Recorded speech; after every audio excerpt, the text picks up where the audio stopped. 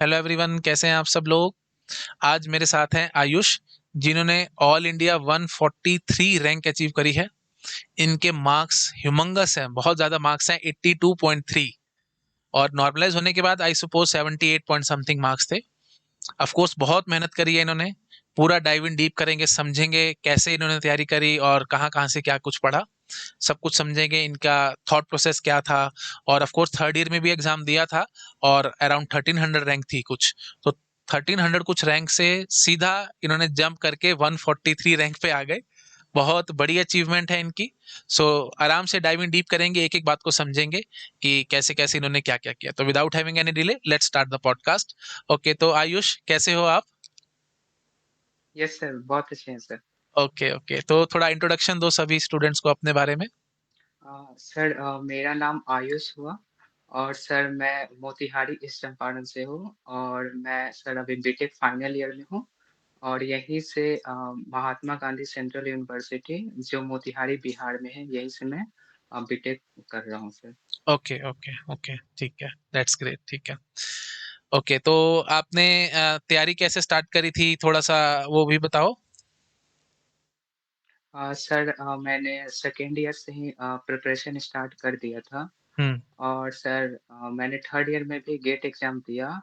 उस टाइम पे सर सारे सब्जेक्ट नहीं हो पाए थे। मेरे 2 सब्जेक्ट बाकी थे, हम्म। कंप्यूटर नेटवर्क और कंपाइलर डिज़ाइन। तो उसे मैंने दिया और फिर 4th ईयर में सर मैंने जो मेरा सब्जेक्ट बाकी था उसे कंप्लीट किया और फिर से दिया।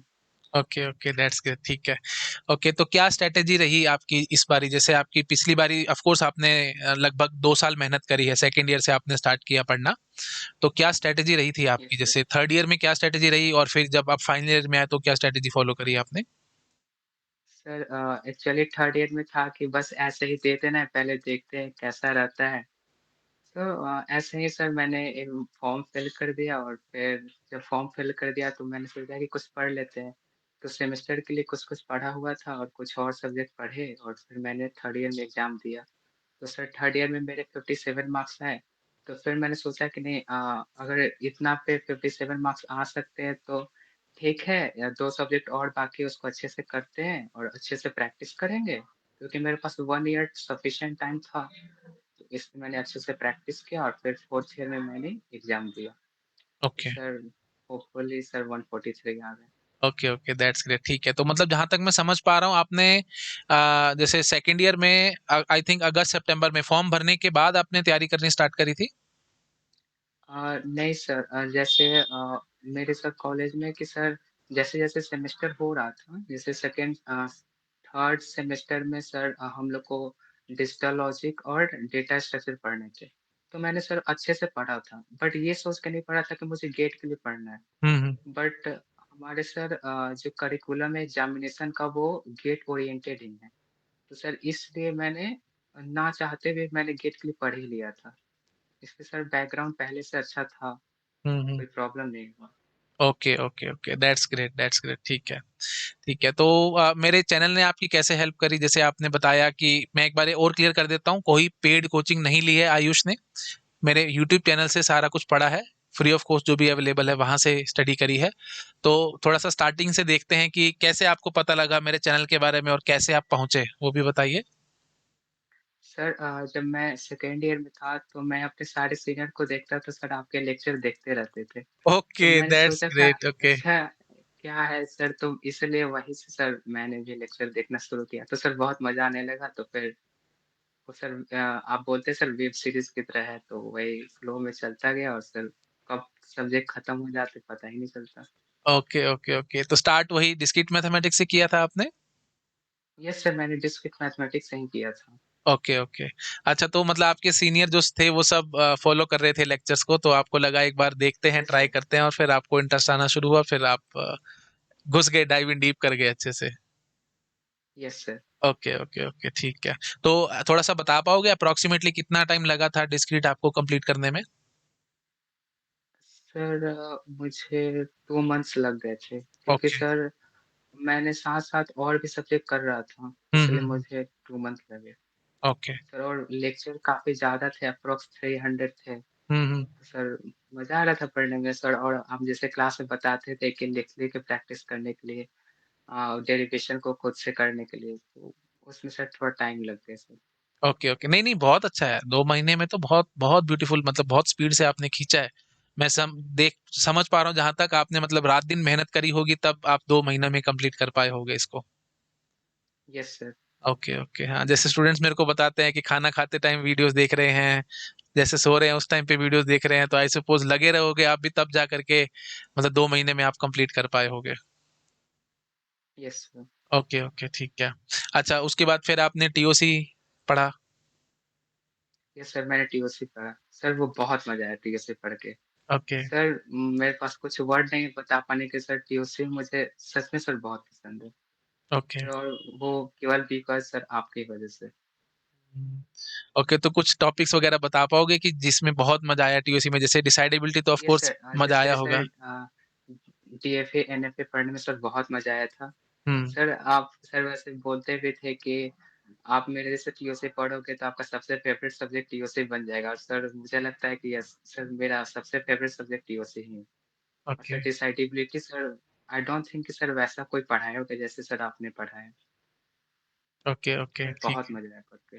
मतलब ईज़िली क्वेश्चंस तो मतलब ऐसे गेट के क्वेश्चन तो बहुत ईज़िली सॉल्व ये होते सर होंगे वो आराम से। सर केक वॉक की तरह थे सर, ओके, कोई ओके। प्रॉब्लम नहीं सर। ठीक है, दैट्स ग्रेट। अच्छा, उसके बाद फिर आपने क्या पढ़ा, जैसे सीएन या डिजिटल, क्या स्टार्ट किया टीओसी के बाद? सर सर डिजिटल तो मैंने पहले ही किया हुआ था। अच्छा, अच्छा। सर उसके बाद मैंने सीएन किया। सर अच्छा। 3rd ईयर जब मेरा कंप्लीट हो गया था, 3rd ईयर में मैंने जब गेट दे दिया, सर हुँ, उसके बाद मैंने सीएन किया। अब हुँ। सीएन भी अच्छा लगा आपको?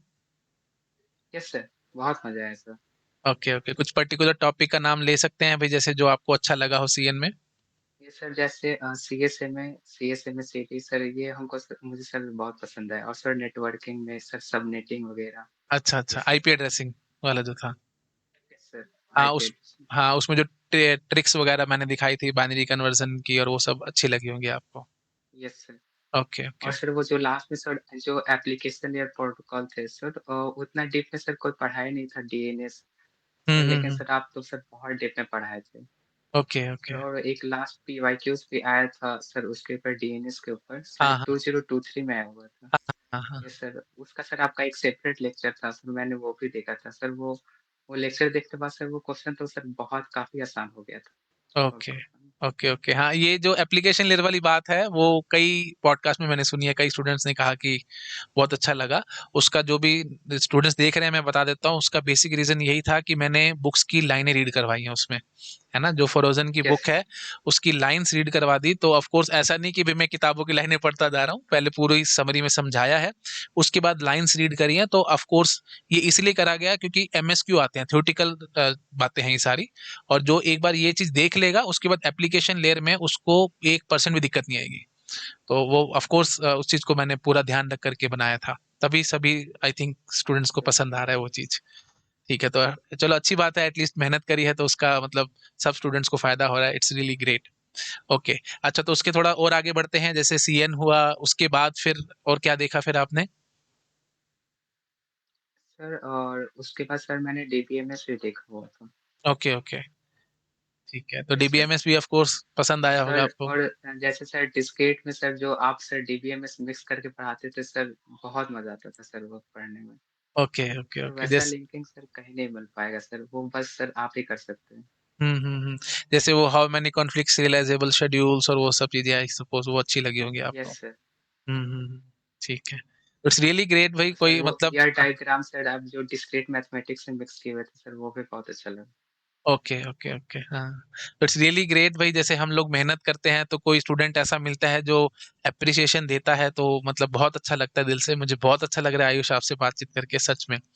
ओके, तो थोड़ा और आगे देखते हैं, जैसे फिर आपने ये जैसे निर्भव सीरीज़ थी, वो भी देखी होगी, जैसे ओएस था ये और सर वहाँ ऑपरेटिंग सिस्टम की मैंने सर देखे हुए थे। Okay, okay. तो उसके ऑफ कोर्स सर क्वेश्चन्स वगैरह मैंने सर ऑपरेटिंग सिस्टम पढ़ा हुआ था कई और से, बट सर मेरे कंसेप्ट उतना क्लियर नहीं हो पा रहे थे। हुँ, तो हुँ। सर जब मैंने आपसे किया तो सर वो सर कंसेप्ट मन मेरे सर मक्खन हो गया सर, बहुत मज़ा अच्छा। आया सर। उसमें सर मैंने सारे पीवाईक्यू सॉल्व किए। सर पेजिंग में सर मुझे बहुत प्रॉब्लम आ रहे थे, बट सर आपके लेक्चर देखने के बाद सर वो बहुत ईज़ी हो गया, सारे क्वेश्चन हो गए थे सर। ओके, ओके, ठीक है, दैट्स ग्रेट। अच्छा, और कंपाइलर डिज़ाइन भी आई सपोज़ आपने किया होगा? यस सर, मैंने सर कुछ पोर्शन किया हुआ था हुँ, कंपाइलर हुँ। डिज़ाइन का। हुँ, हुँ, हुँ। सर जैसे वो डीएफए बनाना, एलएलआर का हुँ, हुँ, वगैरह ये सब, सीएलआर ये सब। हुँ। Okay, okay. तो मतलब मैं जहाँ तक समझ पा रहा हूँ आयुष, आपने लगभग जो भी कुछ चैनल पे अवेलेबल था आपने सब देख डाला, कुछ नहीं छोड़ा आपने। यस सर, यूट्यूब पे सर जितना अवेलेबल है सर, मैंने सारा रिसर्च किया हुआ है सर। ओके, मैंने ओके। सारा वीडियो देखा हुआ है। ठीक है, दैट्स ग्रेट, मैंने दैट्स ग्रेट। और कहीं से देखा बट सर जो क्लैरिटी था सर मुझे यहीं से मिला। Sir okay. जितना डीप डाइव सर यहाँ मिला सर, बहुत मज़ा आया सर। Okay, okay. तो रियली में भई ऑफ कोर्स आपका बहुत हार्ड वर्क है इसमें, आपने ऑफ कोर्स बहुत मेहनत करी होगी क्योंकि इतने लंबे-लंबे लेक्चर्स देखना, फिर उसको उसका नोट्स वगैरह बनाना, सब करना, इट्स रियली मतलब बहुत हेक्टिक और बहुत हार्ड काम है, जो आपने ऑफ कोर्स बहुत ईज़िली किया। इट्स रियली मतलब एप्रिशिएटिंग। मतलब ईज़ी इसलिए कह रहा हूँ क्योंकि आपने मुझे जहाँ तक बातचीत करके लग रहा है कि आपके माइंड पे इतना प्रेशर आया नहीं काम करते टाइम, क्योंकि आप शायद एन्जॉय बहुत कर रहे थे, तो लेक्चर्स देखते जा रहे थे और सपोज आई सपोज नोट्स भी बनाते चले जा रहे थे, आपको दिक्कत महसूस हुई नहीं ज्यादा। Yes sir. सर आप हम्म, हमेशा सजेस्ट करते थे कि अपने खुद से हैंड रिटन नोट्स बनाने के लिए। सर हम्म। मैंने सारे नोट्स बनाए थे sir. Okay, okay, okay, okay, that's great, that's great, ठीक है। चलो थोड़ा और आगे बढ़ते हैं तो और देखते हैं क्वेश्चंस क्या आए हुए हैं। तो आपके अकॉर्डिंग बेस्ट वे क्या है स्टडी करने का वीडियो से, जैसे आपने देखे होंगे यूट्यूब पे, तो बेस्ट वे क्या लगा आपको स्टडी करने का लेक्चर से? सर जैसे मैं करता था कि यूट्यूब वीडियो मैंने देख लिया और सर कुछ पीवाईक्यूज़ तो वीडियो में ही हो जाते हैं। हम्म, सर उसके बाद मैंने जब पूरा सब्जेक्ट कंप्लीट हो जाता था, तब सर सारे पीवाईक्यूज़ मैं करता था। हम्म, फिर जो-जो डाउट था मैं उस समय उसको जो डाउट छोड़ देता था। हम्म, सर फिर जैसे एक दूसरा कोई सब्जेक्ट स्टार्ट किए, हम्म, फिर रिवीजन करने के टाइम में मैं उस डाउट वाले जो क्वेश्चन थे उसको सॉल्व करता था। और सर हम्म, मेरा यही कोशिश रहता था कि जो भी पीवाईक्यूज़ है उसका सॉल्यूशन नहीं देखे, वो सारे क्वेश्चन खुद से करें। हम्म, और सर इसलिए सर अभी तक भी मेरे सर कुछ डाउट हैं पीवाईक्यू, वो अभी तक सॉल्व नहीं हो पाए। ओके, ओके, ओके, ठीक है, दैट्स ग्रेट, ठीक है। मैं समझ रहा हूँ, मतलब आपने क्या किया कि पहले पूरे लेक्चर्स देखे हैं और साथ-साथ ऑफ कोर्स जो पीवाईक्यूज़ यस क्लास में हो रखे हैं वो किए हैं, साथ-साथ नोट्स बनाए हैं, और उसके बाद जब सब्जेक्ट कंप्लीट हो गया, उसके बाद आपने उठा कर के सारे पीवाईक्यू सॉल्व किए हैं, जितने हो सकते थे आपसे, मतलब, और यस सर, जो जिसमें डाउट था उसको रिवीजन के टाइम पे आपने फिर से दोबारा से करने की कोशिश करी। Okay, yes sir. ठीक है, दैट्स ग्रेट, ठीक है। ओके, तो आगे बढ़ते हैं कि आपके अकॉर्डिंग पीवाईक्यूज़ का कितना रोल रहा आपकी सक्सेस में? मतलब स्टूडेंट्स को लगता है कि सर प्रैक्टिस करने के लिए। हाँ, हाँ, बोलो, बोलो। मैंने हमेशा सर पीवाईक्यूज़ को एज़ अ क्वेश्चन ट्रीट नहीं किया, मैंने हमेशा उसको as a concept he treat किया। क्योंकि हुँ, सर मैंने रिसेंट देख रहा था क्वेश्चन तो मुझे लग रहा था कि 70 टू 80% तो क्वेश्चन पीवाईक्यू से ही आ रहे हैं। सर हुँ, इसलिए मैंने पीवाईक्यूज़ पे बहुत टाइम दिया sir. Okay, sir okay, PYQs बिल्कुल। तो सर बहुत अच्छे से मैंने किया। बिल्कुल, और बिल्कुल। इसीलिए मैं सॉल्यूशन भी नहीं देखता था पीवाईक्यूज़ का, वो खुद से ही ट्राई करता था, चाहे कितना भी टाइम लगे। हुँ, सर ऐसा भी होता था कि कभी-कभी 3-4 घंटे भी लग जाते थे क्वेश्चन में, फिर भी नहीं होता था। सर तो ये सर मैंने पीवाईक्यूज़ तो अच्छे से किया बिल्कुल, और ये बिल्कुल। मुझे काफ़ी बेनिफिट हुआ, कॉन्फिडेंस सर मेरा बढ़ा था इससे। हुँ। तो जो भी स्टूडेंट ये पॉडकास्ट देख रहा है अभी, सबसे सबसे पहले मेरी हम्बल रिक्वेस्ट है आप सबसे, पीवाईक्यूज़ को बहुत ध्यान रखना है। जो भी प्रैक्टिस मटेरियल है, जो भी चीज़ें आपको मिलती है कोचिंग से, कहीं से भी, चाहे वो मैं भी दे रहा हूँ आपको प्रैक्टिस मटेरियल, उसको साइड करो।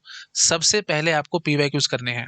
सिंपल भाषा में बात करूँ कि आपने कोई लेक्चर लगाया, आपने नोट्स बनाए, सब कुछ किया, उसके बाद आपको लगता है कि मैं ईज़ी-ईज़ी क्वेश्चन्स कर लेता हूँ, जिससे सो कॉल्ड कड़वी बात लेकिन सच्ची बात, मेरी ईगो सैटिस्फाई हो जाए। मुझे लगे कि हाँ जी, मेरे को चीज़ें आ रही हैं या मैं कर पा रहा हूँ। वो सिर्फ़ और सिर्फ़ बेटा आप अपने आप को धोखा दे रहे हो, इससे ऊपर कुछ नहीं है। दिल पे हाथ रख के बताओ, इतने ईज़ी सवाल गेट में आएँगे? वो नहीं आएँगे ना। तो उस पे क्यों टाइम वेस्ट कर रहे हो? है ना? एटलीस्ट लेक्चर्स लगाए हैं, नोट्स बनाए हैं, मेहनत करी है, तो थोड़ा-सा अपने दिमाग पे जोर डालो और पीवाईक्यूज़ को करने की कोशिश करो। और ऑफ कोर्स अगर आपने मेरे लेक्चर्स लगाए हैं, चाहे यूट्यूब के हैं, चाहे पेड के हैं, वो लेक्चर्स लगाने के बाद आपसे सारा कुछ सॉल्व होना ही होना है, उसको कोई रोक ही नहीं सकता। बस ये है कि आप माइंड को कितना आप चला पा रहे हो और कितना नहीं कर पा रहे हो। और पेड में सिर्फ यही है, यूट्यूब के लेक्चर्स कईयों को बहुत लंबे लगते हैं, जैसे आपने तो मेहनत करी काफ़ी 2 महीने में डिस्क्रीट कर ली, जनरली स्टूडेंट्स नहीं कर पाते हैं, तो उनके लिए हमारा पेड लेक्चर्स है, आप वो भी देख सकते हो। ओनली 90 आवर्स में उसको कंप्लीट कर रखा है। यूट्यूब पे काफ़ी ऑफ कोर्स 200 प्लस आवर्स का कोर्स है, तो अगर आप वो लेना चाहते हो आप ले सकते हो। 555 इज़ द कॉस्ट, बहुत कम फीस है, ना के बराबर, जिसमें पिज़्ज़ा भी नहीं मिलता ढंग का और उसमें हम आपको कोर्सेज़ दे रहे हैं। और ऑफ कोर्स बहुत क्वालिटी कंटेंट है, अगर आप देखोगे तो पता लगेगा खुद से ही। ओके, तो चलो ठीक है, खैर आगे बढ़ते हैं। ओके, सो टेस्ट सीरीज का क्या रोल रहा आपका, आपकी जो रैंक आई उसमें, आपकी सक्सेस में? सर मैंने सर स्टार्टिंग में सर जब मैं टेस्ट सीरीज शुरू किया था सर तो मेरे काफ़ी अच्छे मार्क्स आ रहे थे। हुँ, सर जैसे स्टार्टिंग में मेरे 70 प्लस मार्क्स आ रहे थे, 75, 80 पे लास्ट कुछ दिन बाद सर क्रॉस करने लगे थे। हुँ, बट सर उसके बाद अचानक क्या हुआ कि मैंने एक दूसरा टेस्ट सीरीज ले लिया सर और उसमें मेरे मार्क्स बहुत गंदे आने लगे। हुँ, हुँ, सर जैसे यहाँ तक सर मेरे 31 मार्क्स पे आए। हुँ, सर तो मैं एकदम डिमोटिवेट हो गया सर, हुँ, एकदम सर कॉन्फिडेंस ही लो चला गया।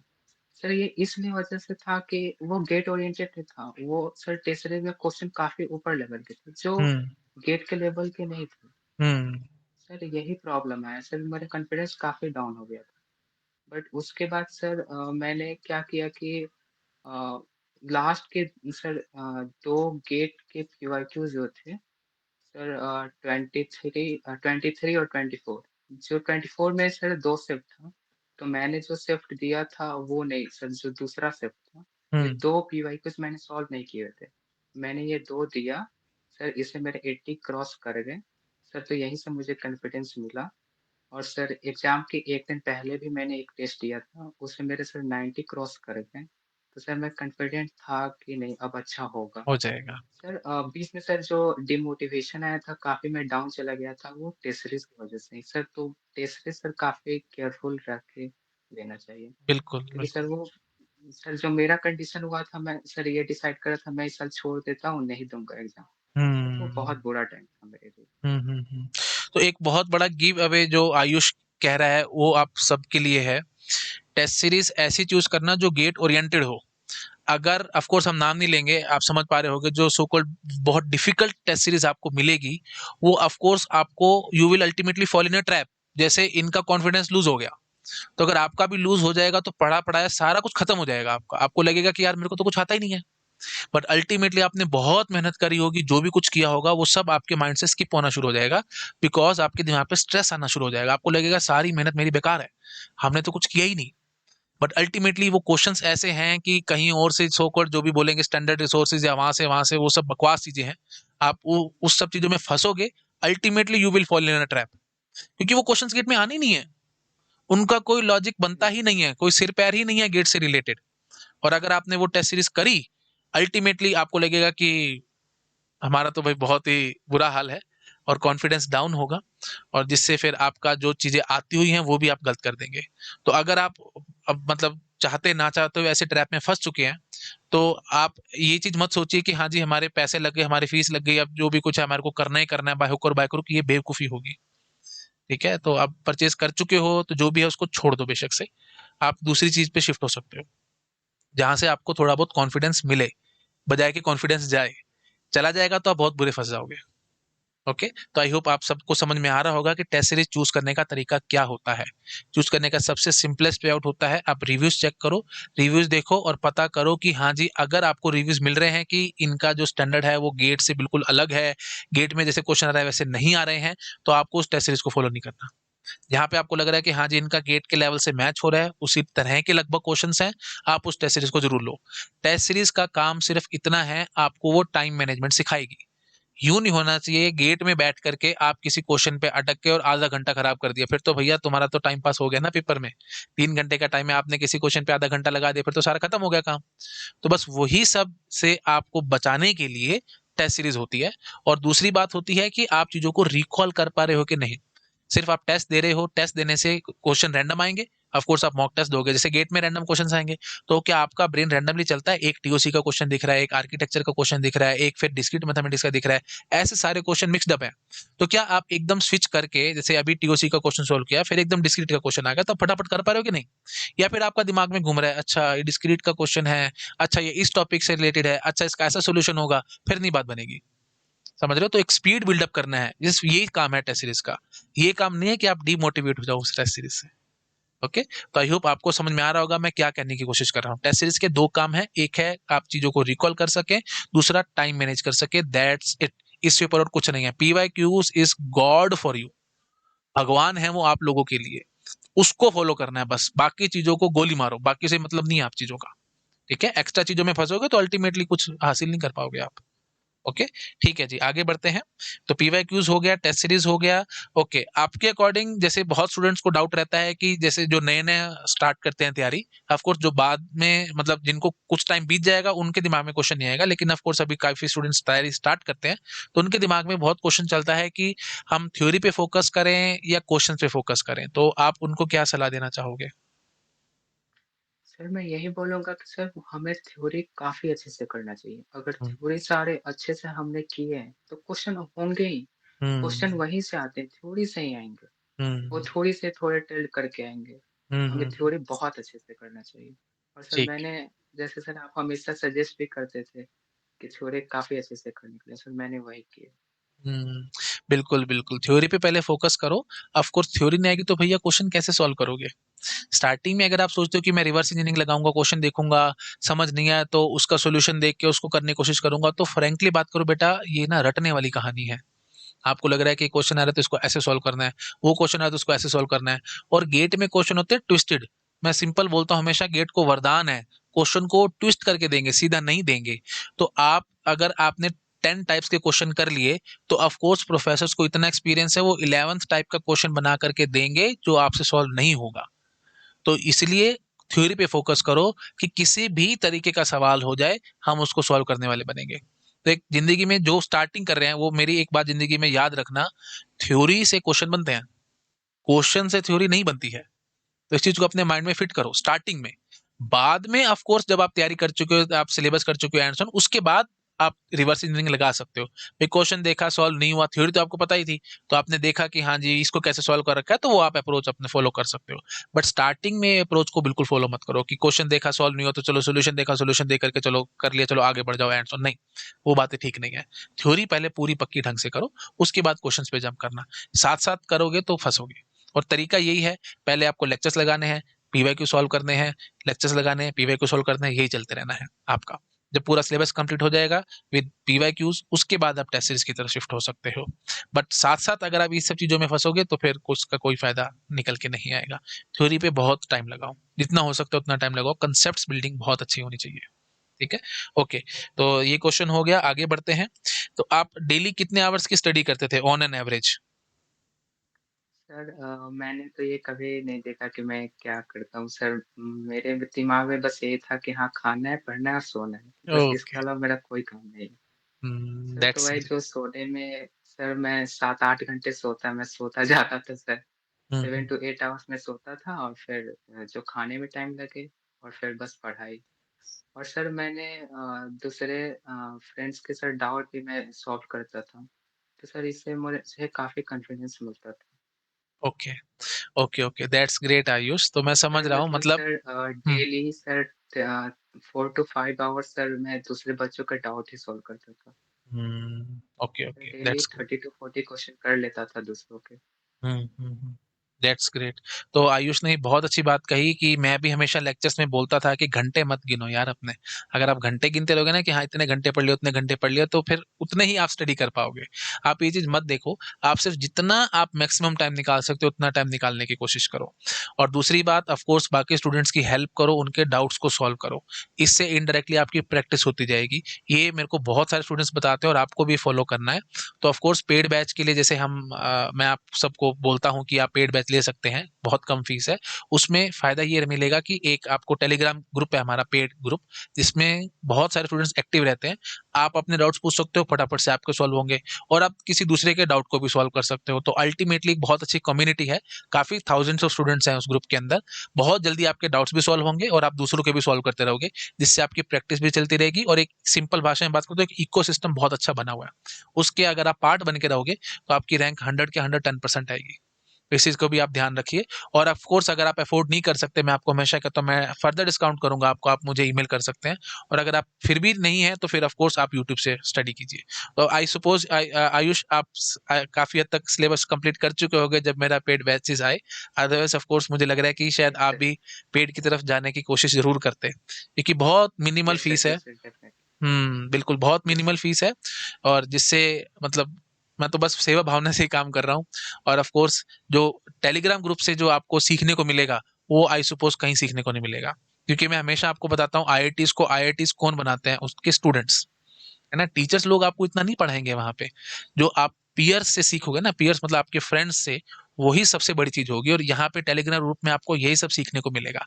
आप एक-दूसरे के डाउट सॉल्व करते रहोगे, खुद अपने सॉल्व करवाओगे, खुद दूसरों के करोगे, बहुत कुछ उससे सीखने को मिलेगा। तो ऑफ कोर्स आप बहुत आगे बढ़ पाओगे इससे। तो जो स्टूडेंट्स को डाउट रहता था कि भाई अमित सर अकेले हैं और कोई साथ में है नहीं, तो डाउट्स कहाँ से सॉल्व होंगे? तो डाउट्स के लिए हमारा ग्रुप है, जिसमें आप जो भी पूछोगे बहुत जल्दी आपको आंसर्स मिलेंगे इस चीज़ के। क्योंकि सभी स्टूडेंट्स का जी जी भाई देखो, बात सीधी है, जैसे टीचर होगा वैसे उसके स्टूडेंट्स बनेंगे। तो मेरे सेवा भावना से मैं काम करता हूँ, तो ऑफ कोर्स बाकी स्टूडेंट्स का भी तो यही है। उनको भी लगता है कि हाँ जी, हम भी हेल्प करें दूसरों की। तो अगर आपका हेल्पिंग नेचर होगा तो ऑफ कोर्स बाकी सबका भी हेल्पिंग नेचर बनेगा। तो हम एक इकोसिस्टम यही तैयार कर रहे हैं जिसमें हम सब की, एक-दूसरे की हम सब हेल्प करते रहें। That's it. और ऑफ कोर्स अगर कोई डाउट सॉल्व नहीं होता, कई जिनको प्रॉब्लम रहती है, आप ईमेल कीजिए, मैं उसको भी जल्दी से जल्दी जो भी डाउट्स होते हैं मैं सॉल्व करता हूँ उनको। ठीक है, चलिए आगे बढ़ते हैं। ओके, सो ओके, आपका वीकडेज का क्या प्लान रहता था? वीकेंड में क्या प्लान रहता था? कुछ ऐसा स्पेसिफिक था या सभी एक जैसे दिन थे कि रोज पढ़ते रहना है डेली सर बेसिस ऐसे पे? कोई प्लान नहीं रहता था। जैसे ओके। सर मैं मॉर्निंग में जब जगता था तो अपनी डेडलाइन सेट करता था कि मुझे ये काम करना है। हुँ, सर और जनरली मेरा कोशिश रहता था कि जो भी मेरे कैपेसिटी है सर उससे डबल मैं टारगेट सेट करता था। कि हुँ, हाँ, मैं वो टारगेट तक तो नहीं पहुँचूँगा बट एट लीस्ट 60-70% तो कर ही लूँगा। हुँ। सर इसलिए मैं हमेशा अपनी डेडलाइन को बड़ा रखता था। That's great, that's great. जो एक एक अभी आई थिंक आई मैंने एक पहले पॉडकास्ट किया था एक स्टूडेंट के साथ, उसने भी ये कहा था कि मैं अनरियलिस्टिक गोल्स तैयार करता था अपने लिए। तो आई सपोज़ आप भी अनरियलिस्टिक गोल रखते थे कि हाँ भई इतना तो पॉसिबल ही नहीं है, लेकिन उसके आस-पास भी पहुँच गया तो ये बहुत बड़ी बात होएगी। और जिससे आप अपना डे एंड करके जब सोते होगे तो नींद चैन की आती होगी कि हाँ, मैंने आज काफ़ी हद तक काम किया है और सब अच्छा किया है। It's really great. बहुत अच्छी बात है। तो ये अनरियलिस्टिक गोल वाली बात जो भी स्टूडेंट देख रहा है अपने दिमाग में फिट कर लो। ऐसे गोल सेट करके चलो जो आपको लगता है कि आप अचीव नहीं कर सकते, क्योंकि होता पता है क्या है? आप अगर गोल छोटा सा रखोगे, उसको आप अचीव कर लोगे, तो आपके माइंड में एक चीज आ जाएगी कि हाँ यार, हो रहा है, सब ठीक ठाक चल रहा है। बट अल्टीमेटली आप डायरेक्टली इनडायरेक्टली अपना शायद लॉस भी कर रहे होगे, क्योंकि आपने कम टाइम टाइम ज्यादा लगा दिया, लेकिन आउटपुट आपका कम निकला। और अगर आप डेली बेसिस पे ये चीज करते रहोगे ना, हफ्ता 10 दिन के बाद आपके मन में सिंपल भाषा में तो घमंड आना शुरू हो जाएगा कि यार मैं तो सब कुछ कर सकता हूँ, मेरे को तो सब कुछ आता है, मैं तो ये भी कर लूंगा, मैं तो वो भी कर लूंगा। और 10-12 दिन के बाद ओवर कॉन्फिडेंस में आकर के आप गलतियां करना शुरू कर दोगे। तो जैसे हम, ऑफ कोर्स मैं ज्यादा मैच तो नहीं देखता, लेकिन अभी पीछे जो चल रहा था इंडिया का, तो मैं देख रहा था कि जो भी प्लेयर ओवर कॉन्फिडेंस में आता था, आई थिंक फाइनल में जो था रोहित ने ऐसे ही किया था। ओवर कॉन्फिडेंस में आकर के आगे आकर के बढ़ के उसने एक छक्का लगाने की कोशिश की और अल्टीमेटली वो आउट हो गया था। कोई नीड नहीं थी वहां पे शॉट की, कहीं कुछ नहीं था, बस एक ओवर कॉन्फिडेंस आदमी को लीड डूबता है। तो उस ओवर कॉन्फिडेंस से आपको बचना है। और वो ओवर कॉन्फिडेंस की दवाई, सबसे बेसिक इलाज, वो यही है कि अनरियलिस्टिक गोल सेट करो अपने लिए, जिसको आप अचीव ही ना कर पाओ। तो हर दिन आप काफी हम्बल रहोगे। इंसान जिंदगी में आगे वही बढ़ता है जो हम्बल रहने की कोशिश करता है। तो आप हम्बल सिर्फ तभी रह पाओगे, डाउन टू अर्थ आप तभी रह पाओगे, जब आप अपने गोल्स को अचीव नहीं कर पा रहे, डेली बेसिस पे मेहनत कर रहे हो, सिंपल भाषा में बोल तो जद्दोजहद कर रहे हो आगे बढ़ने के लिए और मेहनत करते चल रहे हो। लेकिन गोल्स ऐसे सेट करोगे जो अचीवेबल होंगे, अचीव हो जाएंगे, तो आप आगे बढ़ने की कोशिश नहीं करोगे। तो इस चीज का आपको बहुत ध्यान रखना है कि अनरियलिस्टिक गोल सेट करने हैं और उसको अचीव करने के लिए जी जान लगा देनी है। That's it. तभी आप आगे कुछ कर पाओगे। ठीक है, बहुत अच्छी बात आपने बोली। आगे बढ़ते हैं। तो आप अपने आप को मोटिवेटेड कैसे रखते थे? जैसे कई बार इंसान को लगता है कि मैं बहुत डिमोटिवेट हो रहा हूँ, लो फील कर रहा हूँ, तो कैसे करते थे आप? सर जैसे मेरी माँ जो है वो गवर्नमेंट एम्प्लॉयी है। सर तो वो हम लोग के साथ नहीं रहती सर, मेरे पापा और मैं रहता हूँ सर, हुँ, यहाँ मोतीहारी में। हुँ, सर तो मेरे पापा सर बचपन से ही सर सब कुछ वो किए सर, यहाँ तक कि सर खाना बनाना वग़ैरह सब कुछ, अर्निंग करना सब कुछ सर वही किए हुए हैं। सर तो मतलब sir I don't think sir इससे बड़ा मोटिवेशन किसी बच्चे के लिए और कुछ हो सकता है। हुँ। सर तो यही मेरे लिए मोटिवेशन था। सर मैं अपने फ़ादर का लेबर को देख रहा हूँ सर।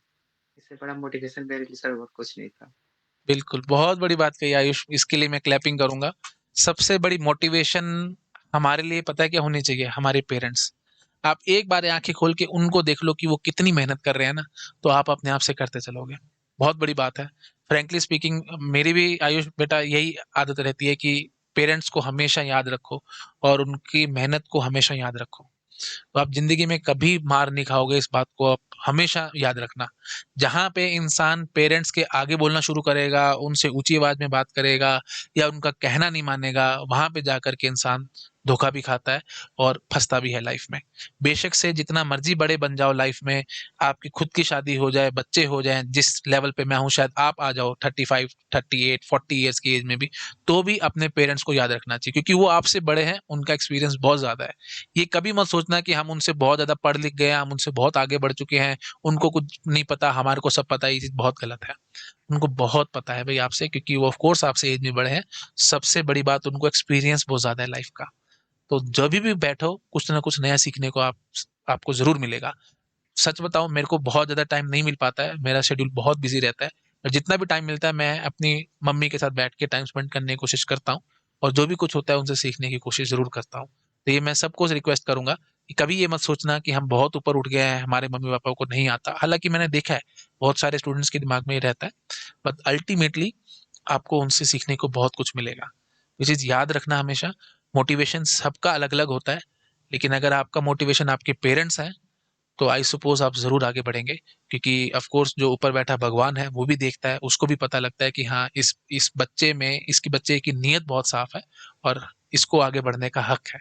तो वो भी आपके साथ रहेगा, आपको बहुत हेल्प करेगा। चलिए, यहीं से आगे बढ़ते हैं। ओके, तो आपने बुक्स वग़ैरह फ़ॉलो करी थी किसी सब्जेक्ट के लिए या लेक्चर्स ही? सर मैंने कोई बुक फ़ॉलो नहीं किया सर। हुँ, हुँ, फिर हुँ। मुझे लगा कि सर उसमें काफ़ी टाइम लग जाएगा। बिल्कुल। सर इसलिए मैंने वीडियो लेक्चर को ही सर फ़ॉलो किया। Okay, okay, okay. और वैसे भी लेक्चर्स तो में थ्योरी इतनी कॉम्प्रिहेंसिव स्टाइल से है कि कहीं से मेरे ख़्याल से कुछ डाउट रहता भी नहीं होगा आपको कभी भी। जी सर, कोई रिक्वायरमेंट नहीं है सर बुक की सर। आपके सर ओके। थ्योरी सर बहुत है सर। हुँ, हुँ, सर हुँ। वो मोर देन सफिशिएंट है सर गेट के लिए। बिल्कुल, बिल्कुल। तो देखो ये चीज़ भी है, कई स्टूडेंट्स को रहता है कि हमारे को बुक पढ़नी है, तो वो आपकी इच्छा है। बट द थिंग इज़ कि अगर लेक्चर्स देखेंगे तो ऑफ़ कोर्स हम इतने 15 सालों से पढ़ा रहे हैं। तो जैसे टीओसी की मैं बात करूँ तो बहुत सारी बुक्स हैं जिसको हम फ़ॉलो करके लेक्चर्स बनाए गए हैं। आप कोई भी बुक उठा कर के देख लेना, किसी पर्टिकुलर बुक में जो मैंने कंटेंट पढ़ा रखा है वो नहीं मिलेगा आपको। मल्टीपल बुक्स, मल्टीपल टॉपिक्स, कहीं से कुछ, कहीं से कुछ, तो ऑफ कोर्स उसी चीज़ का आपको फ़ायदा उठाना चाहिए। सब कुछ आपको मिल रहा है उस लेक्चर्स में ही। तो these are more than sufficient, books वगैरह की आपको दिक्कत नहीं आएगी पढ़ने की। हाँ, अगर आपके पास बहुत टाइम है, फर्स्ट ईयर में हो, सेकंड ईयर में हो, तब ऑफ कोर्स आपका मन करता है कि हाँ जी, हमारे को बुक्स फ़ॉलो करनी चाहिए, तो आप कर सकते हो। Otherwise there is no need. मतलब जो भी टॉप रैंकर होगा, उसने भी बुक्स फ़ॉलो नहीं करते हैं। Of course you are one of the top rankers only. तो ऑफ कोर्स आप देख सकते हैं, एग्ज़ाम्पल आपके सामने ही है। तो बुक्स फ़ॉलो किए बिना ही ऑफ कोर्स रैंक आती है। ज़्यादा बुक्स के में अंदर घुसोगे, टाइम बर्बाद करोगे, सो कॉल्ड एक्स्ट्रा चीज़ों में फँस जाओगे और उन एक्स्ट्रा चीज़ों के चक्कर में ना आप ultimately you will fall in a trap क्योंकि जो रिक्वायर्ड नहीं है आप वो भी पढ़ जाओगे और फिर अल्टीमेटली एक बार पढ़ा उसमें टाइम लगाया, फिर उसके बाद उसको रिवाइज़ करने में टाइम लगा दोगे। मल्टीपल टाइम रिविजन्स भी चाहिए। तो ऐसे करते-करते आप काफ़ी टाइम एक्स्ट्रा बर्बाद कर दोगे। तो उसी से हमारे को बचना चाहिए। ओके, ठीक है, आगे बढ़ते हैं। आपकी रिविज़न की स्ट्रैटेजी कैसी थी? मतलब कैसे आप रिवाइज़ करते थे? सर मैंने सर शॉर्ट नोट्स नहीं बनाए हुए थे। मैंने सर फुल लेंथ ही जो मेरा फुल नोट्स था मैं उसे रिवाइज़ करता था। लेकिन सर मैंने उसे जैसे फर्स्ट टाइम मैंने रिवाइज़ किया था मैंने हाइलाइट कर लिए थे ये पॉइंट्स। और सर मैंने सेकंड टाइम, थर्ड टाइम जब भी रिवाइज़ करता था वो हाइलाइटेड पॉइंट्स को ही करता था। और सर हुँ, मैंने 4 टू 5 टाइम्स अपने नोट्स को रिवाइज़ किया था। हुँ, सर मैंने रिवीजन कभी खत्म नहीं किया सर, जैसे एक पार्ट फुल रिवीजन हो गया, सर उस टाइम ही मैंने सेकंड रिवीजन स्टार्ट कर दिया। सर मैंने रिवीजन हमेशा कंटिन्यू रखा। कभी रोका ही नहीं। हुँ। Okay, okay, that's great. तो डायरेक्टली इनडायरेक्टली एक किस्म से वो शॉर्ट नोट टाइप्स ही हो गए, जो आपने अंडरलाइन करके रखा, उसी को ही आप पढ़ रहे थे। यस और सर। दूसरी बात कि आपने कंटिन्यूअस रिविज़न करी है। That is the biggest thing, जिससे मुझे लगता है कि आपके बैक ऑफ द माइंड में चीज़ें फिट हो गई होंगी और आपको फटाफट से चीज़ें रिकॉल होती होंगी। क्योंकि सबसे बड़ा चैलेंज यस जो सर। एक गेट एस्पिरेंट का होता है, वो होता है रिकॉल कर पाना। पढ़ते तो जाओगे, जैसे वही बात है, आपने घर किराए पे लिया, जैसे मैं एग्जांपल देता हूँ, सारा सामान उठा करके डंप मार दो एक ही जगह पे, वहीं पे जूते, वहीं पे चप्पलें, वहीं पे अपने कपड़े, सब चीज़ें वहीं डंप कर दो। तो अल्टीमेटली क्या होगा? मज़ा तो बहुत आएगा, हाँ, चलो जी, चलो जी, चलो घर बन गया, हम शुरू करते हैं रहना। बट अल्टीमेटली जब आप कुछ ढूँढने की कोशिश करोगे तो बड़ी दिक्कत आएगी। तो ऐसे ही हर एक गेट एस्पिरेंट का माइंड है, सब चीज़ें आप डंप करते जा रहे हो, जो भी आप पढ़ रहे हो, सब कुछ आपके ब्रेन में जाता चला जा रहा है। But retrieval is the biggest thing. वो रिट्रीवल कैसे आएगा? वो रिवीजन से आएगा। तो कंटिन्यूअसली जितना टाइम आप रिविजन्स पे लगाओगे, उतना ही आपका फायदा है। बैक ऑफ द माइंड में चीजें फिट हो जाएंगी और उतनी जल्दी आप चीजों को रिकॉल करोगे, और ऑफ कोर्स उसी से ही आपकी स्पीड बिल्डअप होगी क्वेश्चंस को अटेम्प्ट करने की। अदरवाइज तो फिर वही बात है, नहीं आप कर पाओगे चीजों को। ठीक है, तो आपका गिव अवे है कि कंटिन्यूअसली रिविजन चलती रहनी चाहिए, और ऑफ कोर्स जो भी आपको लगता है इंपॉर्टेंट पॉइंट्स हैं, ऑफ कोर्स उनको हाईलाइट करके रखो, और उनको बार बार जैसे मौका लगे देखते रहो। बस यही सबसे बेस्ट वे आउट है। और जितना कर पा रहे हो रिवीजन, उतना करो। That is the biggest thing, है ना? और कंटिन्यूअसली उसको करते रहो। ओके, आगे बढ़ते हैं। तो आप कंसिस्टेंसी कैसे मेंटेन करते थे भाई? जैसे कभी लगता है कि आज नहीं पढ़ता, आज मेरा मन नहीं है, या आज चलो कुछ घंटे फालतू लगा दिए, कभी कम लगा दिए, लेकिन बेस्ट वे होता है कि एक कंसिस्टेंट वे में डेली बेसिस पे लगातार मेहनत करनी। तो ऑफ कोर्स आपने किया होगा वो, तभी आपकी रैंक आई है। तो कैसे आप मेंटेन कर पाते थे ऐसी कंसिस्टेंसी को? सर मैं सर हमेशा से जब भी मन नहीं करता था पढ़ने पढ़ने का, तो सर मुझे अपने फादर का जो फेस है वो याद आता था। तो वो हम्म, बहुत लेबर करते हैं सर, और फिर सर बहुत करते हैं। हम्म, सर वही सर, और कुछ नहीं है सर मोटिवेशन, सर वही सब कुछ था मेरे लिए। Okay, okay, that's great, that's great. बिल्कुल, बिल्कुल, पेरेंट्स से ऊपर भाई कोई मोटिवेशन नहीं, कहीं से कुछ कंसिस्टेंसी नहीं, सब वहीं से देख करके आता है। आप देखते होगे रोज सुबह उठते हैं, मेरे पापा खाना बनाते होंगे, फिर काम पे जाते होंगे, फिर आते होंगे, फिर काम करते होंगे, तो डेली बेसिस पे देख देख के आपको भी लगता होगा कि हाँ भी, जब वो कर रहे हैं तो फिर मेरा भी हक बनता है कि मैं भी कुछ मेहनत करूँ। बहुत बड़ी बात है ये। वेरी गुड, बहुत अच्छा। ओके। तो आप नोट्स कैसे बनाते थे लेक्चर्स के? जैसे आपने एक पहले पूरा लेक्चर देखा, फिर नोट्स बनाए, या साथ-साथ आपने नोट्स बनाए? मतलब कैसे करते थे आप? सर मैं नोट्स सर साथ-साथ ही बनाता था।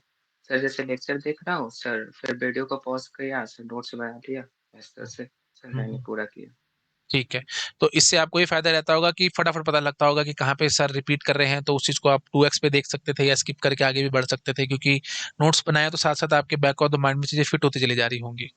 है ना? तो आप यस सर, और जल्दी सर कर पाते लिखने से होंगे। सर सब कुछ याद होने लगता था सर। हुँ, तो दैट इज़ द इसीलिए सर बिगेस्ट मैं हमेशा प्रेफ़र करता था लिखना।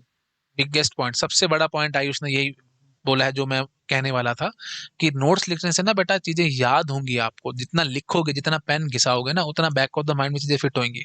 नहीं तो क्या होगा? अब जैसे मैं पीडीए का एग्जांपल लूं, टीओसी में पीडीए के मैंने 20 25 लेक्चर्स बना रखे हैं, बट वो एक्चुअली ज्यादा कुछ है नहीं। 2 या 3 लेक्चर में आपको टाइम लगेगा, उसके बाद तो क्वेश्चन है। आप फटाफट से, अगर आपने शुरू के 2 3 लेक्चर ढंग से देखे हैं, थ्योरी पक्की करी है आपने, तो आप खुद से बनाते चले जाओगे।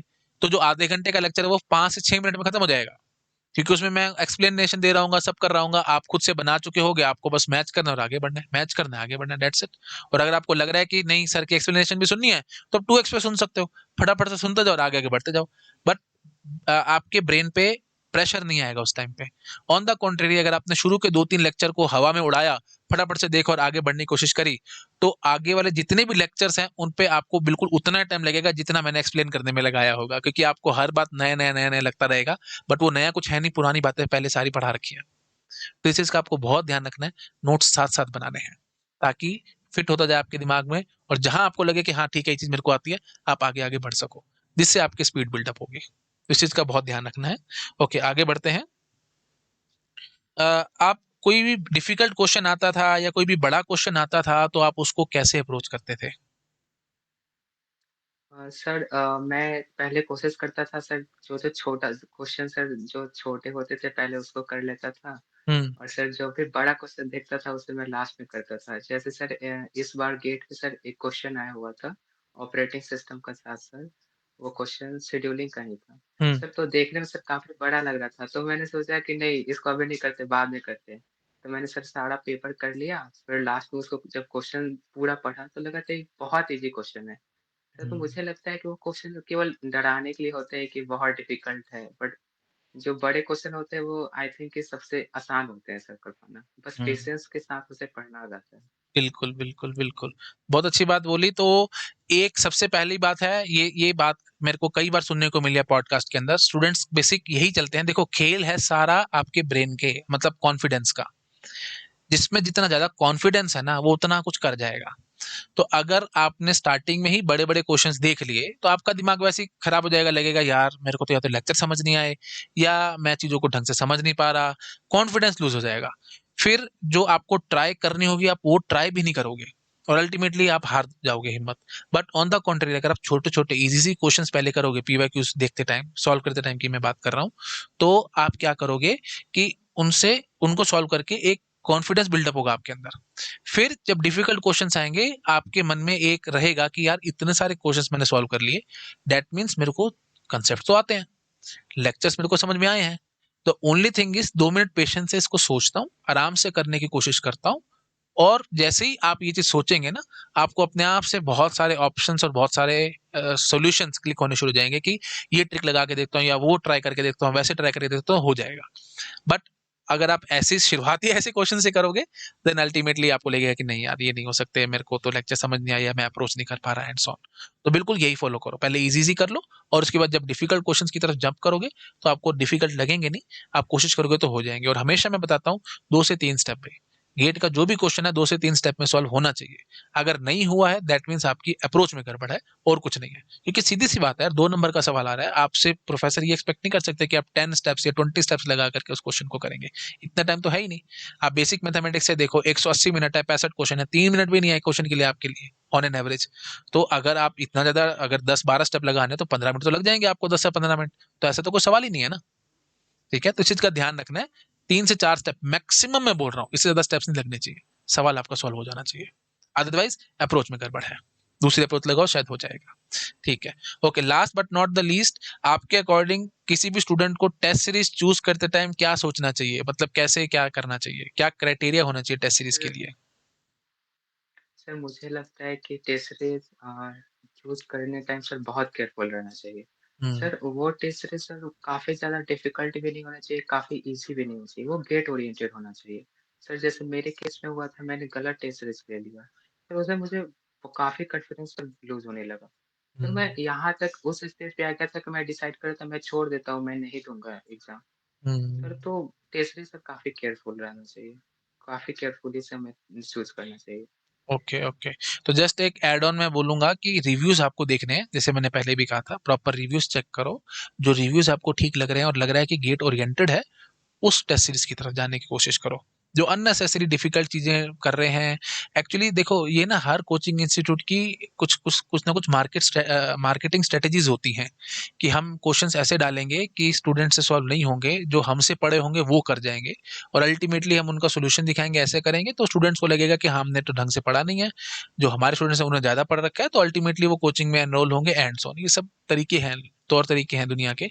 ये बात मैं अपने मन से नहीं कह रहा हूँ, मेरे को बहुत सारे स्टूडेंट्स ने अनऑफिशियली बताई है कि ये मार्केटिंग स्ट्रेटेजीज रहती हैं कि हम टफ से टफ टेस्ट सीरीज बनाएंगे, अल्टीमेटली जो हमारे स्टूडेंट्स होंगे वो कर जाएंगे, बाकी नहीं कर पाएंगे और फिर अल्टीमेटली वो भी हमारी कोचिंग में एनरोल होंगे। ये स्ट्रेटेजी और कोई गलत बात नहीं है, बिजनेस है, हर इंसान का अपना तरीका है, तौर तरीका है चलने का। वही कोई सीधी तरीके से चलता है, कोई टेढ़े तरीके से चलता है। तो हर आदमी है, हर आदमी का अपना वे आउट है चलने का एंड सो, तो वो सब रहता है ना? तो मेरी ऐसी रिक्वेस्ट है आप सबसे कि ऐसे ट्रैप से बचना चाहिए आपको। और ऑफ कोर्स आगे तो हमारे को क्या ही कहना चाहिए, बाकी आप सब समझदार हैं, रिव्यूज़ वगैरह देख कर के लेना। ठीक है।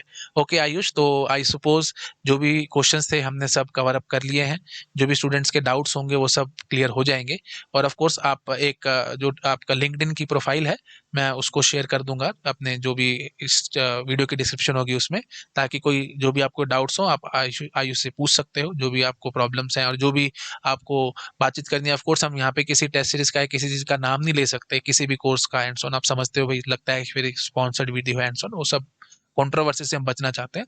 आपको जो भी जेन्युइन रिव्यूज चाहिए वो आपको ऑफ कोर्स आपको आयुष दे सकता है। हम आपको उसका लिंक डिस्क्रिप्शन में डाल देंगे, लिंक्डइन का, तो आप बातचीत जो भी आप करना चाहते हो, जो भी आप पूछना चाहते हो, ऑफ कोर्स आप पूछ सकते हो। एंड आई सपोज आयुष जरूर हेल्प करेंगे स्टूडेंट्स की जो भी पूछना चाहेंगे। Yes sir. ठीक है। ठीक है आयुष, तो यहीं पे हम अपना पॉडकास्ट एंड करते हैं, और जल्दी हम दोबारा आएंगे कोई और किसी स्टूडेंट के साथ जो भी अपनी सक्सेस जर्नी शेयर करेगा आप सबके साथ। ठीक है, okay, thank you so much, bye bye.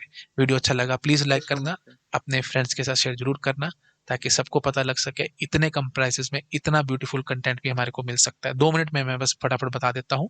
Discrete mathematics completed है, TOC, digital, CN, OSC 5 subjects completed है, सी डी एस एल्गो अभी चल रहा है, जिसमें सी लैंग्वेज कंप्लीट हो चुका है, डेटा सक्सेस अभी चल रहा है पेड बैच में। डिफरेंस बेसिक यही है, कंटेंट लगभग सेम है, सिर्फ जो यूट्यूब है उस पर लेक्चर्स काफ़ी लेंदी हैं, और जो हमारा पेड है वो स्ट्रिक्टली गेट ओरिएंटेड है। बहुत कम टाइम में हमने चीज़ें कवर अप कर रखी हैं, और आप देखेंगे तो आपको पता लगेगा। मनी बैक गारंटी मैं देता हूँ, जो कोई इंस्टीट्यूट नहीं देता। 555 कोस्ट में रादर कोई पढ़ाएगा नहीं आपको, बट मैं टीच कर रहा हूँ, और साथ साथ मनी बैक गारंटी भी दे रहा हूँ।